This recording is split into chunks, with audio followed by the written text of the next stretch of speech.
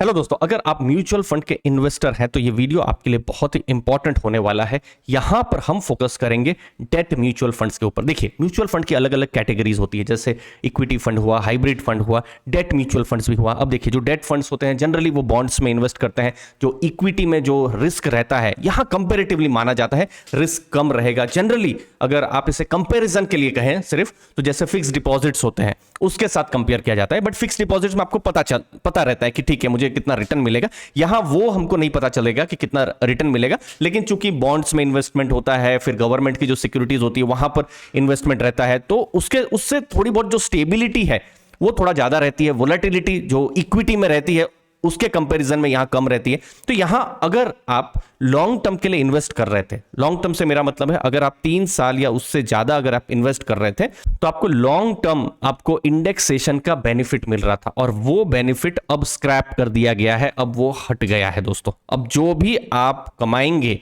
वो आपके income tax slab में चला जाएगा, जैसे कि फिक्स डिपॉजिट में भी होता है। अब हम इंडेक्सेशन, जिसके बारे में बहुत कुछ आप भी सुन रहे होंगे, उसको हम समझाते हैं और मैं आपको लाइव भी समझाने वाला हूं, ठीक है। तो पहले क्या हो रहा था कि जो भी आपकी कमाई हो रही थी उसका 20%, ठीक है, 20% जो था वो इंडेक्सेशन के साथ वो टैक्स हो रहा था। ओके, अब मैं आपको यहां पर लाइव समझाता हूं। फॉर एग्जाम्पल, ठीक है, आपने समझ लीजिए, चलिए 2018 को मैं लेता हूं, हाँ, कुछ साल पहले 2018 में समझ लीजिए आपने 1 लाख रुपए इन्वेस्ट किए। कहां किए? डेट म्यूचुअल फंड में इन्वेस्ट किए, ठीक है।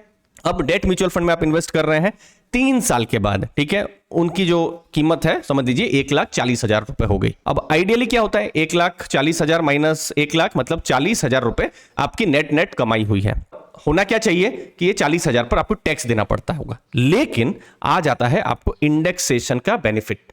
इंडेक्सेशन के कारण से गवर्नमेंट ऐसा मानती है, ऐसा कहती है कि इन 3 सालों में जो महंगाई है वो भी तो बढ़ी है, लोगों की परचेजिंग पावर भी तो यहां पर कम हुई है।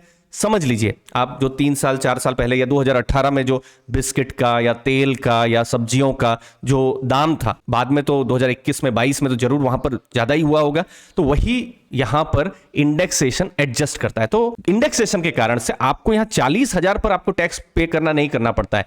यहां पर 1 लाख जब परचेजिंग पावर थी, जब आपने इन्वेस्ट किया था, तो गवर्नमेंट का कहना है कि जो परचेजिंग पावर है, फॉर एग्जाम्पल मैं यहां पर ले लेता हूं, अगर आप महंगाई को कंसिडर कर दें तो समझ लीजिए 1,14,000 हो गया। ये एक कैलकुलेशन होता है जिसे CII कैलकुलेशन भी कहा जाता है।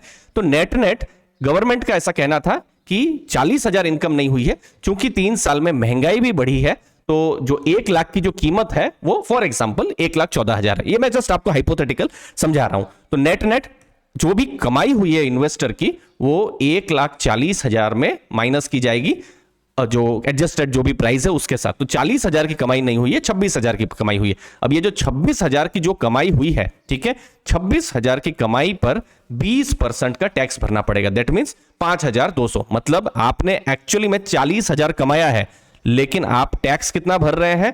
5,200 भर रहे हैं। मतलब नेट अगर आप टैक्स देखेंगे, आपका लगभग 13% यहां पर आ गया है।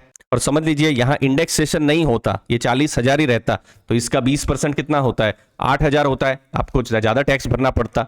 तो इसके कारण से फिक्स डिपॉजिट्स में ऐसा प्रावधान नहीं था, लेकिन ये एक बड़ा एडवांटेज था जो भी डेट इन्वेस्टर्स हैं उनको। तो वो चीज अब हट गई है, ठीक है। अब यहां पर कौन यहां इंपैक्ट होने वाले हैं? डेट फंड्स तो इंपैक्ट होंगे ही, लेकिन साथ साथ जो भी फंड्स जो 35% और कम इक्विटी में इन्वेस्ट करते हैं, जैसे फंड ऑफ फंड्स हुआ, गोल्ड फंड्स हुआ, डेट फंड्स जो हमने बात किया हुआ है, वो सब यहां पर इंपैक्ट होने वाले हैं।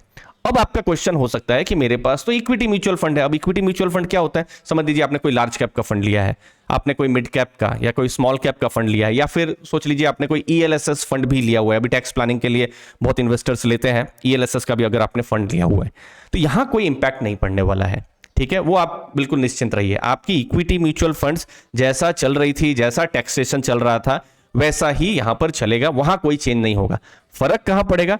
डेट म्यूचुअल फंड्स में पड़ेगा, वो आपको ध्यान में रखना है। अब बहुत सारे इन्वेस्टर्स ऐसे भी हो सकते हैं, पुराने उनके पास डेट म्यूचुअल फंड्स हो, उन्होंने इंडेक्सेशन में ही के लिए ही उन्होंने डेट फंड्स में इन्वेस्ट किया हुआ, तो उनको जो बेनिफिट पहले मिल रहा था वो बेनिफिट अभी भी मिलेगा।